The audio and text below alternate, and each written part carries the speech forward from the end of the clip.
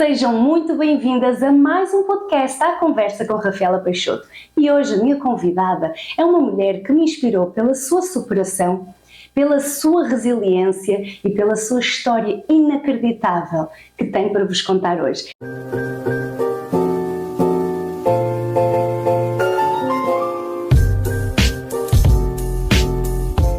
Recebam comigo Jéssica França!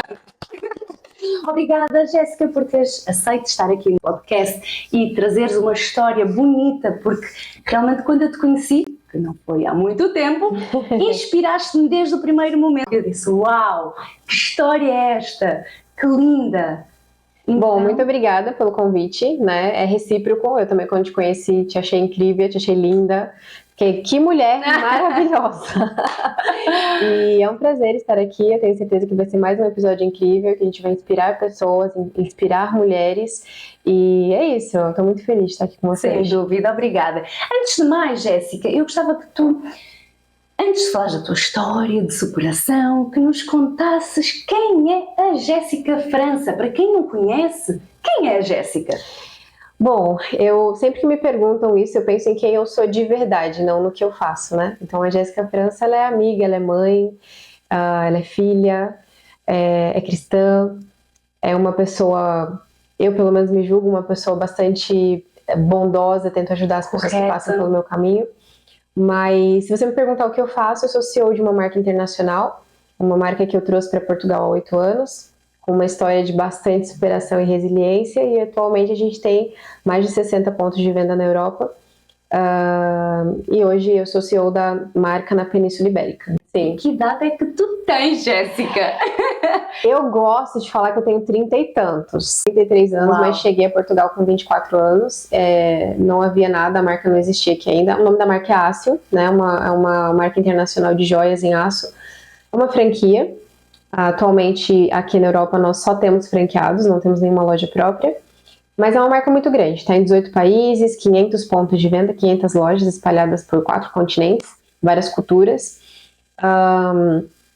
Mas eu cheguei em Portugal com 24, né, trouxe a marca para cá, e aos 28 eu fui para Espanha, expandi a marca na Espanha também. Então agora eu tô com 33. Uau, mas... e uma história, né? A cabeça já é de 50, eu acho.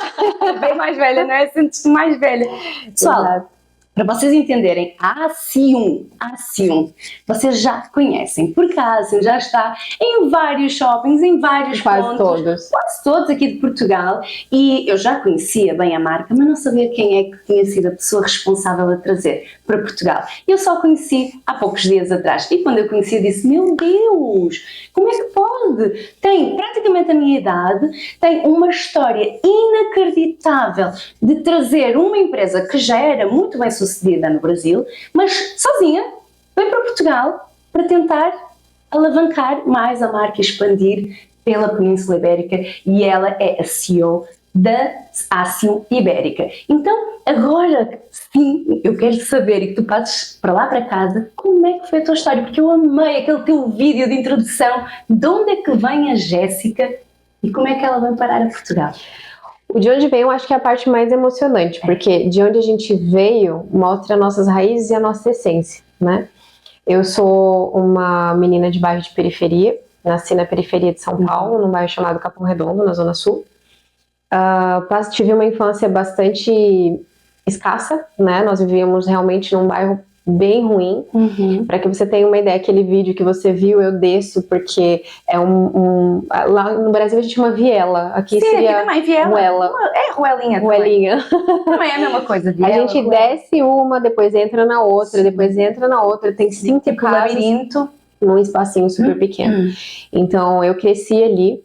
E aos 21 anos de idade eu tive a oportunidade de entrar na Ácio como assistente administrativa.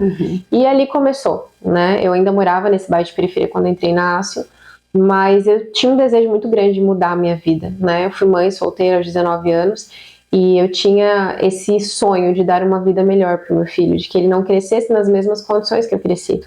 Então, Quando eu entrei na Acion, eu vi que era uma empresa que dava muitas oportunidades. E a Acion estava crescendo de forma exponencial. Assim, quando eu entrei, a Acion devia ter 30 lojas abertas. E aguçou mais o teu espírito ambicioso também? muito, porque era uma empresa que eu via que a pessoa entrava como vendedora, daqui a pouco era supervisora, daqui a pouco era uma gerente, porque a empresa estava crescendo muito. Para que você tenha uma ideia, eles bateram 200 lojas no Brasil em 2 anos. É muito bom. Então, você entrava hoje, se você era muito bom, eles já estavam te puxando para fazer algo mais importante. Isso foi o que aconteceu comigo. Eu entrei como assistente administrativa e pouco tempo, acho que 3 meses depois, surgiu uma vaga para ser assistente direta do CEO da marca. Ok. Não me ofereceram essa vaga, porque eu era uma menina de periferia, sem estudos, mas eu pedi. Uau. Então, eu lembro que ele estava sentado tomando um café e eu falei... ele diretamente? Sim, eu não tinha muito contato com ela. É isso que eu mais adoro nela, reparem, porque ela mostra mesmo que quando quer algo, ela vai fazer de tudo para alcançar, porque não está garantido, então... Exato. Uma das coisas que eu mais falo nas minhas palestras é criar oportunidade. Sim. Né? Então, você cria oportunidade quando você se movimenta. Sim, Eu vi o CEO da marca ali sentado, a marca estava crescendo muito, estava com muito trabalho, ele atolado de coisas, precisava de ajuda e a assistente dele tinha se demitido naquela semana. Eu sentei ao lado dele e falei, oi, tudo bem? E ele olhou assim, nem sabia direito quem eu era, né? Porque eu já era uma empresa com 60 pessoas. Sim. E falei, eu soube que a sua assistente pediu demissão.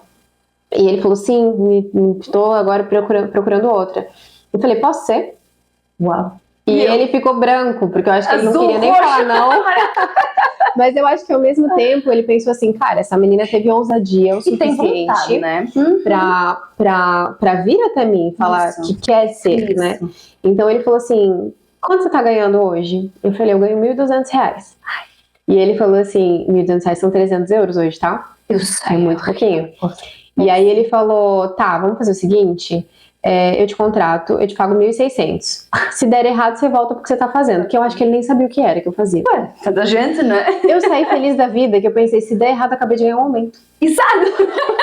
Porque se eu der certo e deu errado, acabei de ganhar um aumento numa conversa de 5 minutos. Exato. E se der errado, eu não vou ser despedida. Ele me garantiu que eu voltava com o mesmo salário. Então ele falou, eu garanto pra você que você volta com o mesmo salário. Então ele aumentou pouco para o risco dele também não ser tão grande.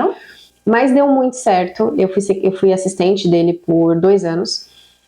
Só uma pergunta, Jéssica, desculpa. No meio disso tudo, ele abriu vaga para alguém? Foi muito rápido. Foi tudo. Ele nem teve tempo para isso. Ele não teve tempo, porque eu sentei e falei, eu posso ser, eu tô disponível. E ele olhou, acho que ele, né, imaginou que eu não tinha talvez o perfil que ele buscava. Mas acho que ele admirou a minha coragem de sentar ao lado dele, mesmo sem conhecer muito bem, e falar, eu quero ser sua assistente. Sem dúvida. E deu muito certo, eu passei quase 2 anos como assistente dele, aprendi muita coisa porque a empresa estava crescendo tanto que era como se fosse uma faculdade, eu via como ele tomava as decisões, como ele geria a empresa dele, eu participava de todas as reuniões, até que eu entrei na expansão. Um belo dia ele não estava vendendo mais franquia, estagnou, e ele queria mandar o departamento todo embora, eram mais ou menos 5 pessoas no departamento, e eu era assistente dele. Ok. E aí ele me chamou e falou, vou mandar todo mundo embora. Aí eu falei, tá, e aí você quer que eu faça uma seleção? Porque esse era o meu trabalho, né, auxiliar ele. Ele, não, vai ficar eu e você. Ok. Aí eu nunca vendi nada. Aí ele, mas você já me viu vendendo, então você vai conseguir. Resumo, entrei para expansão, vendi 130 franquias em 1 ano e fui convidada para expandir a marca fora do Brasil. Então, é uma história no Brasil eu fiquei só 3 anos. Que também é um case de sucesso, né? A pessoa super. Em 3 anos, uma empresa. Em 3 anos eu recebi a proposta para ser executiva de expansão internacional.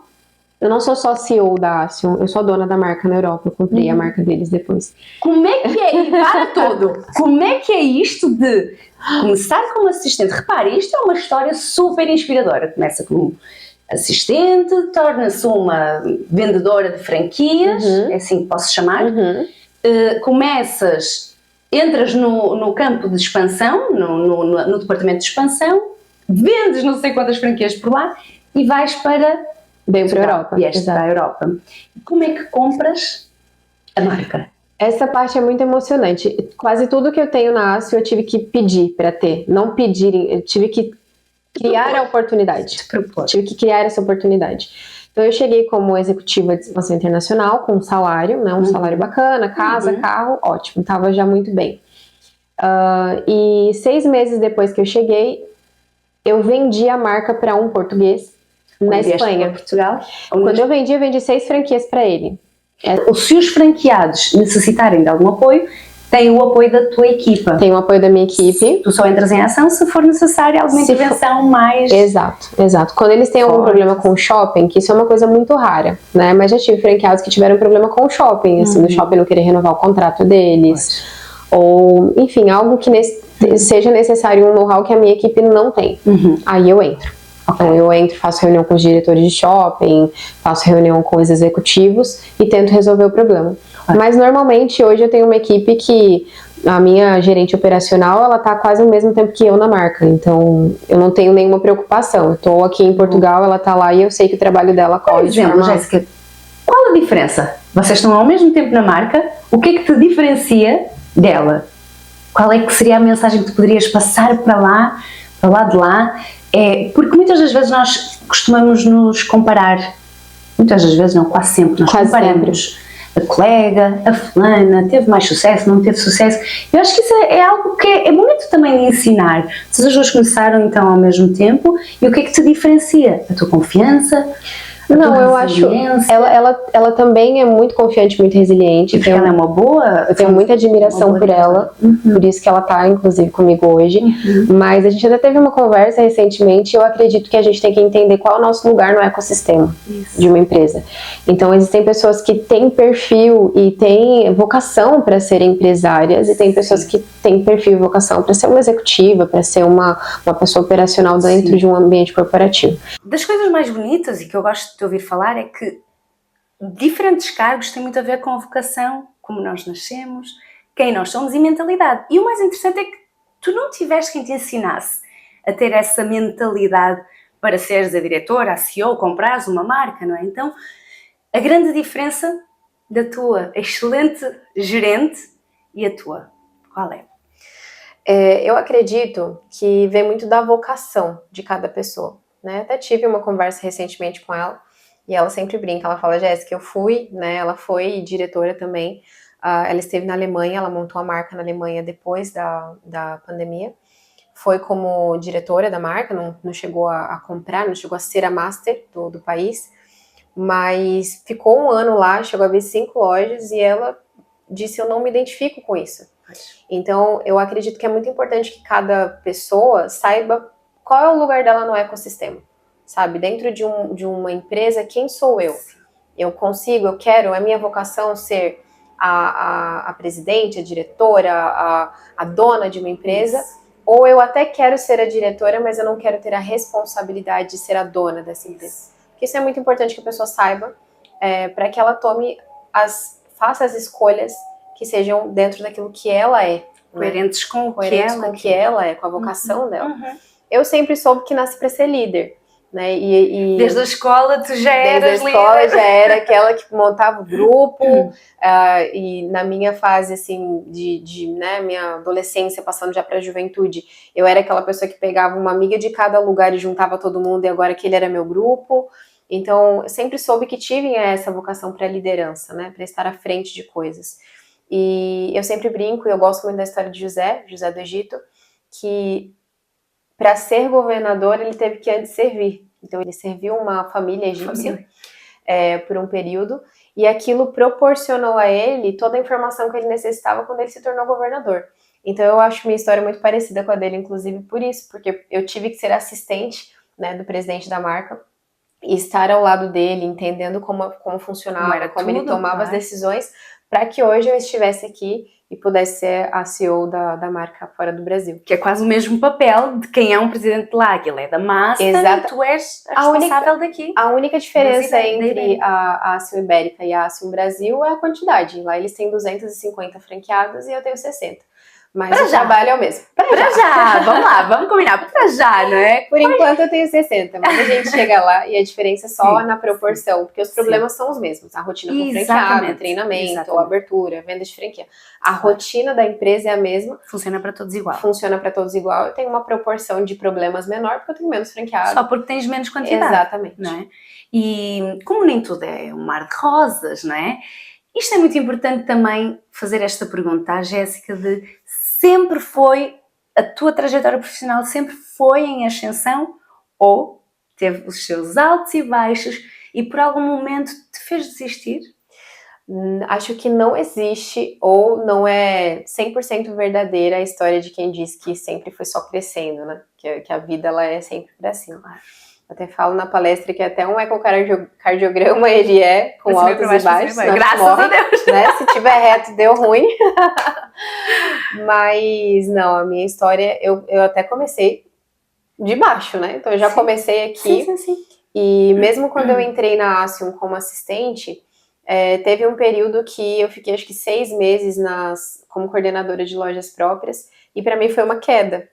Porque não era um departamento onde eu era muito reconhecida. Acho que eu nunca nem contei isso. Porque foi um período curto que me ensinou muita coisa. Exclusivo. A conversa com Rafaela Berchotto. Com informações exclusivas. Eu fiquei um período muito curto como coordenadora de lojas próprias do Brasil, né? Eu fui assistente, aí ele me colocou como coordenadora de lojas próprias. Eu montei 20 lojas próprias no Brasil, né? Então, olha como tudo te ensina. Eu montei 20 lojas próprias no Brasil. Então, quando eu cheguei em Portugal, eu já sabia como é que ias montar. Exato. Claro. Mas foi uma época que eu considero que foi uma baixa, né? Porque eu estava num departamento que hierarquicamente era muito mais baixa a minha função, eu não tinha mais contato com a presidência ou com a diretoria. Estava sozinha, eu estava sozinha, própria, exatamente. Claro. E aí, logo 6 meses depois, eu fui convidada a voltar para ser assistente pessoal do presidente da marca. Uhum. Então, teve a minha subida outra vez dentro da Asium Brasil. Uhum. Aí, eu posso dizer que eu passei por um momento de muitos picos altos, porque eu saí de coordenadora de lojas próprias, assistente do presidente, executiva de expansão, executiva de expansão internacional.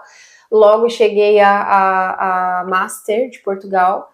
E em 2018, eu tive minha primeira queda, depois de pelo menos 3 ou 4 anos de ascensão. E a minha primeira queda foi por inexperiência, né? Eu abri muitas lojas. Falta de conhecimento, de alguma burocracia? Não, eu acredito que foi mesmo estratégia, porque eu abri 12 lojas próprias e eu não me organizei em termos de pessoal para ter gente gerindo, para ter pessoas gerindo essas lojas, e o faturamento começou a cair. O que é que queres dizer com isso? Não estavas a conseguir delegar? Eras tu que estavas sempre em cima das Não, eu inaugurei muito rápido. Okay. Então, assim, eu tinha 6 e a gente batia as metas. Okay. E em 3 meses eu estava com 12.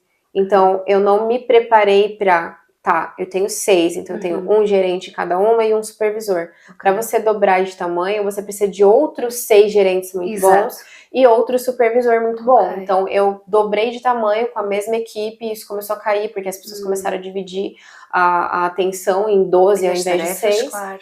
E isso fez com que em 6 meses eu já tivesse acumulado uma dívida aí de quase 1 milhão de euros, 800 mil e pouquinho. Meu Deus. E foi assustador, porque eu só tinha 27 anos, né? E eu vinha de uma... acumulaste essa dívida? Qual foi o motivo? Você imagina que você fatura, vou dar um exemplo, você fatura 15 mil euros por mês em cada loja e você tem um custo X. E aí, quando você abre o dobro de lojas, você passa a faturar metade. O seu faturamento é o mesmo com o dobro do custo. Pois. E aí, cada mês que você não paga uma conta, ela se acumula para o seguinte, e assim, minha segurança social eram 25 mil euros. O meu IVA era...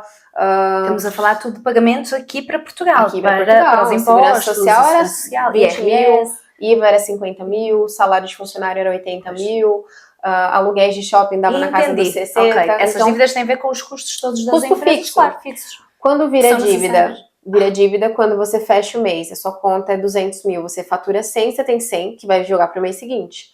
Então, isso em 6 meses virou 800 mil, porque a conta não batia. Puxa.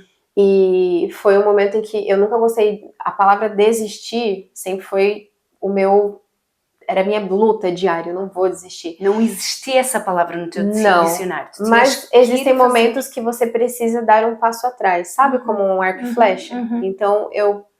Graças a Deus, percebi em tempo que precisava dar um passo atrás. E quando eu percebi que eu estava com essa dívida, eu vendi todas as lojas próprias. Com isso, eu consegui pagar... Como é que tu vendeste? Foi uma loucura. Clientes para... Foi uma loucura, mas eu acredito que vende energia. Então, no momento que eu falei, vou ter que vender, as pessoas começaram a aparecer. Surgem, não é? Exatamente. Venda a energia pura. Você fala, eu tenho 12 lojas, eu preciso vender todas em X tempo. E consegue. Então, você começa a... primeiro que você fala, né? E aí as pessoas sabem que aquilo tá vendo. Exato. E um vai falando pro outro, a sua energia atrai.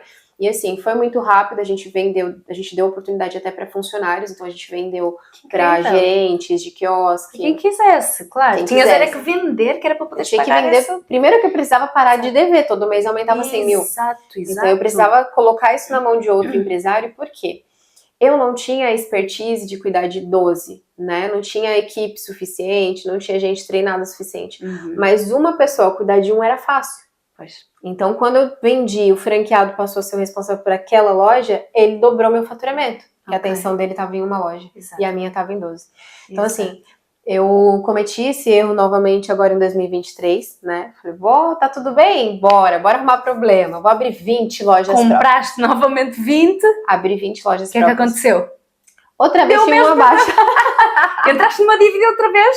Entrei numa dívida enorme. Não chegou ao 1 milhão, graças a Deus, tá? A gente saiu aí do final do ano passado com uma dívida de quase 400 mil. Caramba! Mas já é uma empresa mais saudável, né? Não era uma startup, não foi no meu segundo ano. Eu também não tenho a mesma maturidade que quando tinha 27. Claro. Então, quando aconteceu tudo dessa vez, eu falei, deu ruim de novo. Agora a gente já sabe o que faz, isso aqui faz assim, vamos vender tudo, isso aqui negocia. Vais para uma terceira? Não, porque... Agora disseste mesmo, não vale a pena. O que aconteceu agora comigo em 2023, eu vou usar a mesma frase, me mostrou quem eu sou dentro do meu ecossistema. Exatamente. Eu sou a franqueadora, eu não sou franqueada. Tu vendes franquias. A minha expertise é montar negócio para empresários que querem ter um negócio. A minha expertise é gerir um ecossistema de empresários. A minha expertise é fazer a conta de quanto produto essas pessoas precisam, é gerenciar os conflitos. Eu não sou franqueada. Então, eu entendi, com essa segunda tentativa, que eu vou fazer com que os meus franqueados sejam bem-sucedidos se eu não sair do meu lugar. Se eles forem bem-sucedidos, eu também sou. Porque a marca é nossa. Eu sempre falo pra eles, a marca é nossa. A ti. A marca é nossa. Eles têm que pagar a ti royalties e tu tens que pagar a empresa mãe. Exato. Todo mundo tá pagando royalties pra alguém, né? Exato. E eu sempre digo pra eles que eles são os donos da marca. Eu tenho minha franqueada do Ubo aqui em Lisboa, ela é a dona da Ácio no Ubo. Eu tenho ela de Braga, do Braga Park, ela é a dona do Braga Park, da Ácio Braga Park, lá em Braga. Então, assim, nós somos donos da Ácio. A Ácio não é minha, a Ácio não é do dono da... A Ácio é de cada pessoa que investiu e que investe não só o dinheiro, mas o tempo dela para que ela continue viva. Claro. Então, eu entendi meu lugar no ecossistema. Sei que o meu franqueado vai ser muito mais bem cuidado se meu foco for nele, né? E não nas... Eu cheguei a ter 70 funcionários agora, de novo, no final do ano. 2023? Agora! Jesus! 6, 7 meses que a gente fechou. Tive que mandar 50 pessoas embora no início do ano. Que dó. Não, foi horrível e é uma situação de que você baixa, mas eu já entendi que faz parte do meu processo, né? Claro. Eu inventei um projeto novo, queria expandir mais rápido, investi o dinheiro todo naquilo e não deu certo. Então hoje eu já passo pelas fases de pico baixo, né? Não seria pico baixo, seria das fases baixas. Não faz aqueles, sim, não faz os picos tão, ou não arriscas tanto, talvez? Arrisco, porque foi um risco muito grande essas 20 lojas, mas se dá errado, eu já não fico tão... não sofro tanto quanto a primeira vez. Hoje eu já entendo que é uma fase, já monto estratégias rápidas para resolver e espero subir de novo. Sim, e isso é uma super dica e um super exemplo de a primeira pancada, seja do que for na nossa vida, dói muito, a segunda a gente já está mais ou menos preparada. Ou você ganha ou você aprende. E vão continuar a haver pancadas e altos e baixos na vida do empreendedor e do empresário. Não é? Eu acredito muito que assim, existe um momento que uma empresa estabiliza? Existe, né? E principalmente vai ser um momento onde ela já errou tanto, que ela já aprendeu tanta coisa que ela já não erra mais. Já não erra mais. Ou erra com menos frequência, né? Ou, claro, uma outra opção de você estabilizar é ter um projeto que você já não tem novos projetos, porque um novo projeto ele tem sempre a possibilidade de dar certo ou dar errado. Exato. Então eu acredito que essa estabilidade nunca é 100%, né? Vou te dar um exemplo. Muitas empresas que estavam 100% estabilizadas não aguentaram a pandemia. Porque é uma coisa que foge do nosso controle. Sim. E isso leva a gente para baixo sim ou sim. Então, os altos e baixos eles vão acontecer independente da sua expertise ou do aprendizado que você já teve na vida ou do quão inteligente você é. A questão é, com que frequência, como é que você lida com ele. Exato. E como é que sais rapidamente. Exatamente. Né?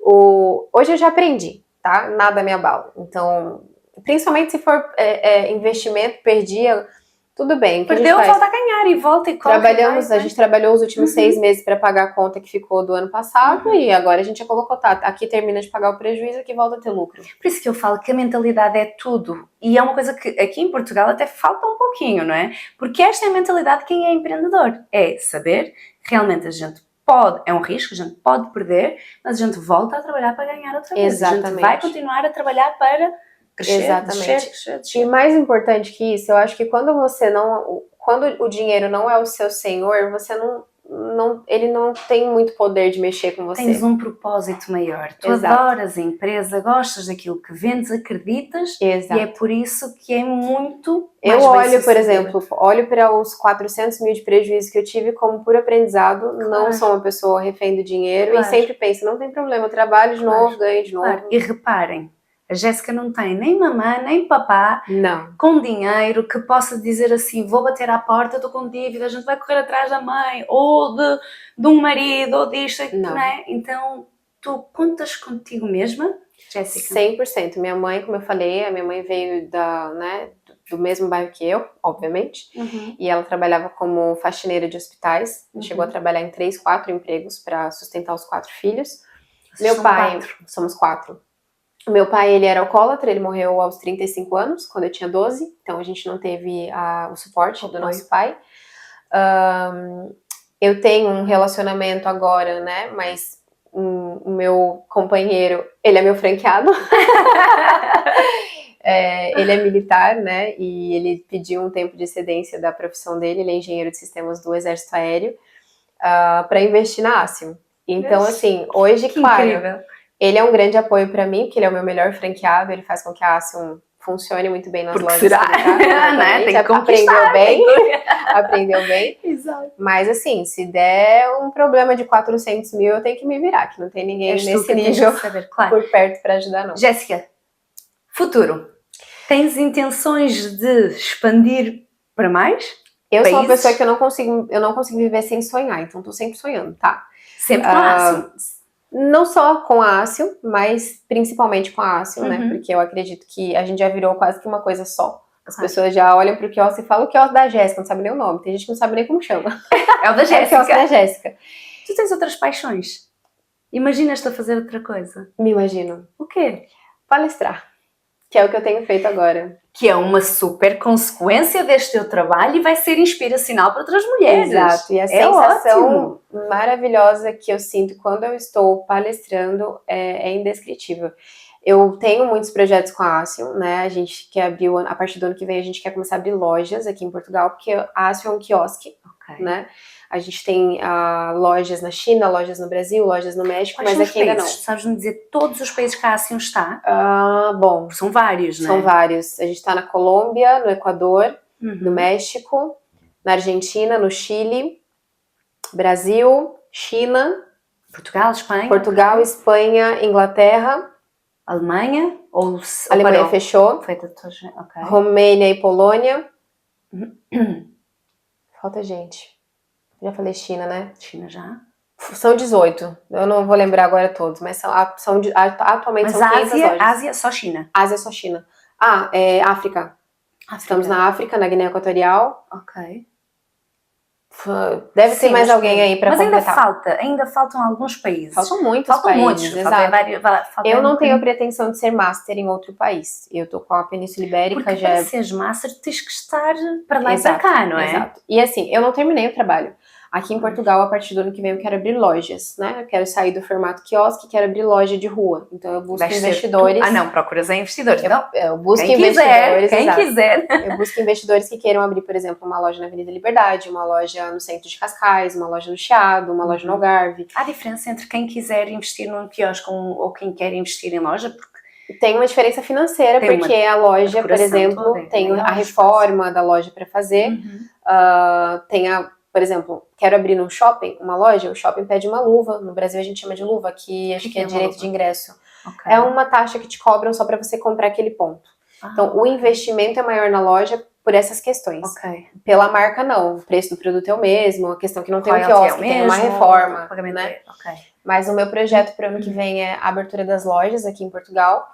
A Espanha, eu só tenho 20 lojas, então tem 500 shoppings na Espanha. Eu tenho trabalho para mais de Falta 10 muito, anos. assim, Exato. Espanha é gigantesco. Eu tenho trabalho para mais de 10 anos com a ASIO na Espanha, então não faz sentido para mim, por exemplo, vou ser Master França. Eu não terminei a Espanha ainda. Claro. Portugal ainda tem potencial de crescimento com o formato loja. Então, com a ASIO eu tenho esse projeto de continuar crescendo, né, e trazendo oportunidade para novos investidores para que eles tenham o seu próprio negócio, dentro de uma marca que já é referência, que já deu certo em 18 culturas, 18 países, 4 continentes. Isso dá uma certa segurança para quem tem medo de investir. Mas se você me perguntar quais são os meus projetos pessoais, eu gostaria muito de que a minha vida pudesse ser, de alguma forma, uma fonte de inspiração para as meninas de periferia, porque seria muito importante para mim se eu tivesse visto alguma menina do meu bairro que chegou nos lugares onde eu cheguei. Claro. Isso, se imagina, sem ter isso, eu já era a menina sonhadora que eu era, eu acredito que se eu tivesse tido alguma referência parecida com isso, claro, eu teria tido muito mais garra, teria tido muito mais ânimo para ultrapassar, né, os problemas que eu passei naquela época. Então, eu acho que um objetivo pessoal é que a minha vida faça a diferença na vida de outras pessoas, não só de forma financeira, como vem fazendo com a ASIO, claro, mas também que as pessoas olhem para mim e pensem, se ela conseguiu, eu também consigo. Seres uma fonte de inspiração. E deixa-me te dizer, Jéssica, não é só para as meninas da periferia. Eu não sou uma menina da periferia e eu senti-me extremamente inspirada na tua história. Eu sempre fui muito sonhadora e olhar para outra mulher que é sonhadora, que não teve as condições, talvez como eu tive, e está lá, como é que então eu posso fazer se eu tenho mais condições? Exato. Como é que eu posso? Percebes onde é que eu quero chegar? Então, não é só para quem é da periferia.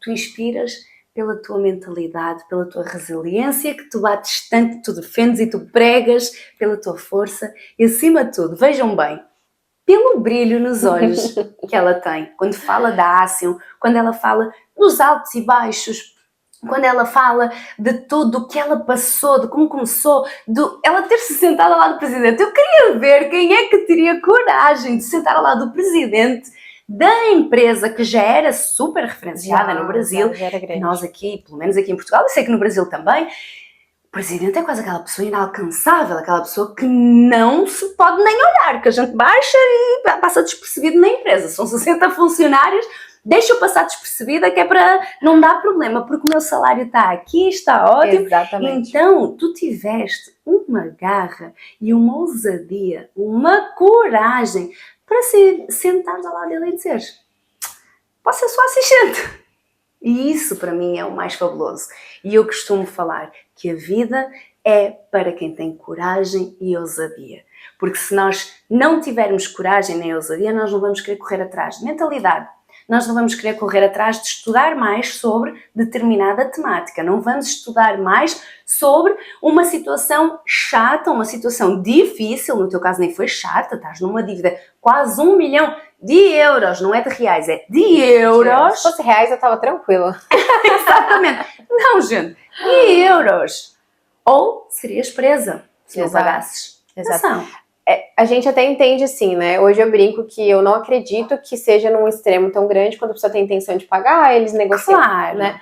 Mas é assustador, porque você passa por uma situação que você não espera e que você não sabe como resolver.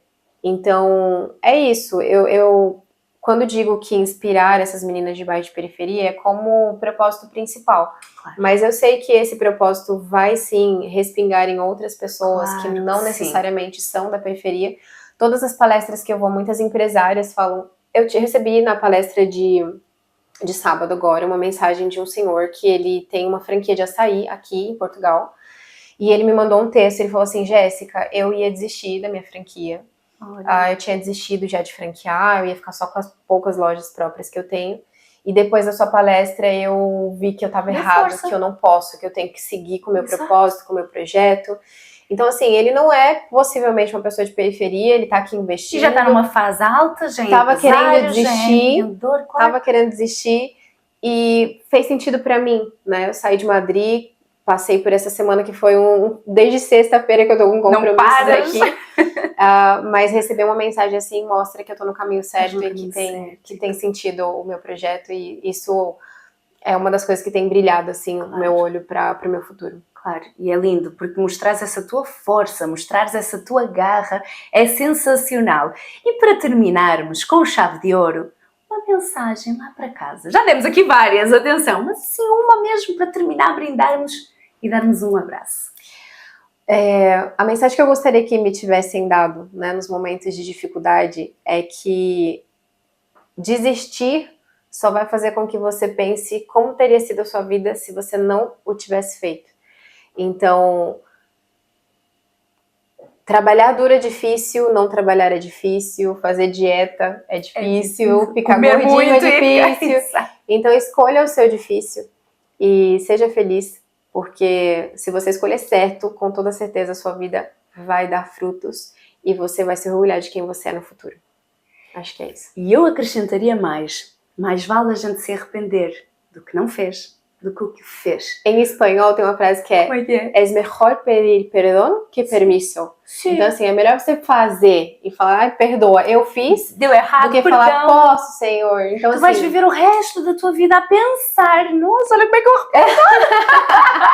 Tu vais viver o resto da tua vida a pensar como é que eu poderia ter sido. como é que podia sido? Então, assim, Se é eu melhor tivesse de feito errado minha e falar, vida, pelo menos eu fiz, do que passar a vida inteira perguntando como teria Pensando. sido a sua vida se você tivesse feito. Um brinde a nós. Um brinde. Um brinde à vida, aos momentos difíceis e a mulheres fortes, resilientes e com garra, ousadia e coragem. A nós. Amém.